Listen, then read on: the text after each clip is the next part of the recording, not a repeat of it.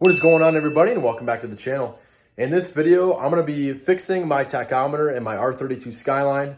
I have a GTS-T. It should be the same for a GTR, but basically mine doesn't read anything at all. I'm guessing there's just a cold solder joint somewhere. I'm pretty sure it should be pretty easy to fix.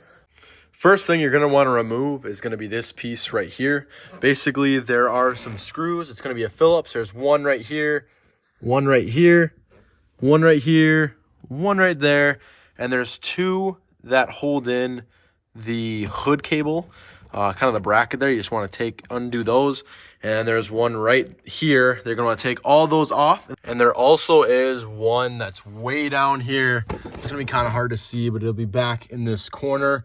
You'll be able to see it once you get down there, and you'll be able to look at it. It's going to be the same Phillips as the other ones.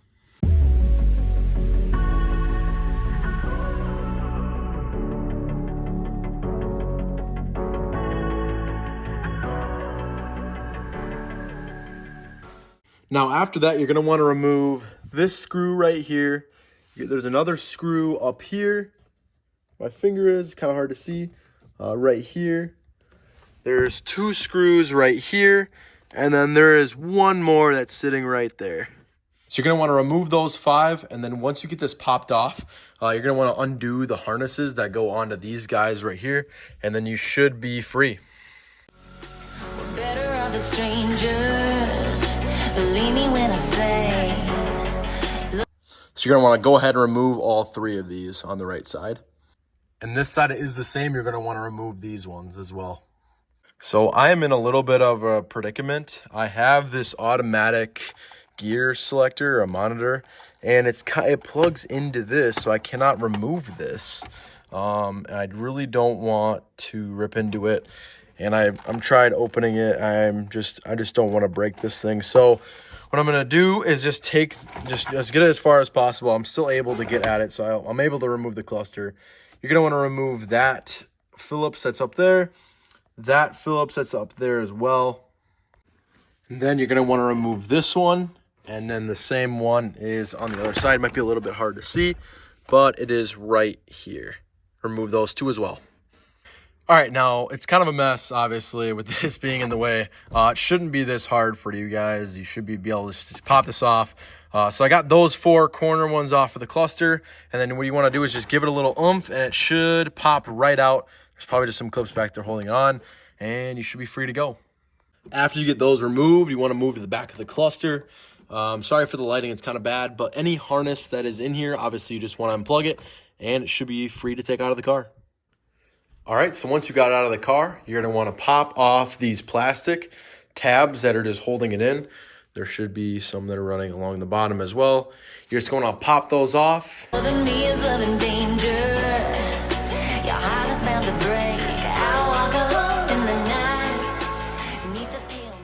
Basically, it's the same thing for this black cover piece. There are 2 tabs that are on the top, and there are some that are on the bottom too, and this whole black piece will come off. Lovin's for the fools, baby, beware of my body. I'm a lone wolf. All right, so we got everything opened up. Basically, what you're gonna wanna do now is just be very careful and try not to get, dirty anything up. So what I'm gonna do is just, you're gonna wanna unscrew these 2 here. This plastic piece for the tachometer should pop off, and the circuit board is sitting under this piece, and we'll take a look at it. I'm a lone wolf. Once you remove those 2 screws, what you can do is flip this over, and you're gonna want to remove these 3 screws, my bad. These 3 screws right here in a triangle. These are what are holding in the tachometer. Just remove these 3, and it should be free.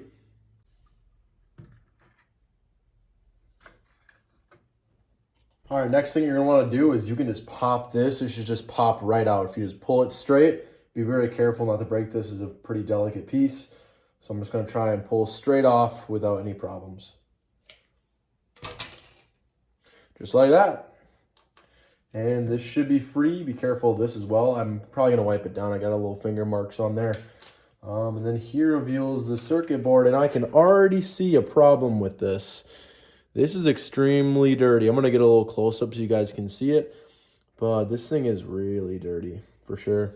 All right, so we got the circuit board here for the tack, and you can see around the solder joints, there's a bunch of just crap that's around there. What I'm going to do is I'm going to scrape these off with like a little flathead screwdriver, and I'm also going to retouch up all of these solder joints because some of them look a little iffy, and I'm just going to retouch them up and see if it fixes the problem. But yeah, like I said, I'm going to clean these off first and then re-hit them with some solder.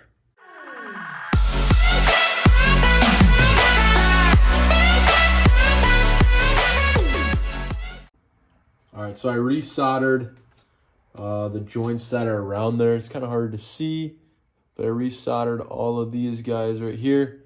And now I'm ready to throw it back in the car and test it out.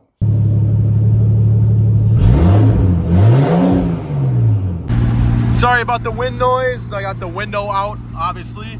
And it looks like the speedometer is obviously working really good, along with the tachometer that I fixed. Feels really good. I love that feeling of now these both work. Also, the clock down here I did fix as well. So everything's good to go, and it looks good. Thank you guys for watching the video. This is how to fix the tachometer in an R32 Skyline. Pretty easy process, nothing really too crazy. It only took me probably a day to do with the right tools and whatnot. Just if you have this problem, clean up the solder joints, and you can resolder it if you want. I just did just because, and yeah, that seemed to fix the problem, so I'm pretty happy with the result. If you guys enjoyed the video, please like and subscribe, and comment down below if you guys have any more ideas you want me to do in the future, and I will see you guys in the next one.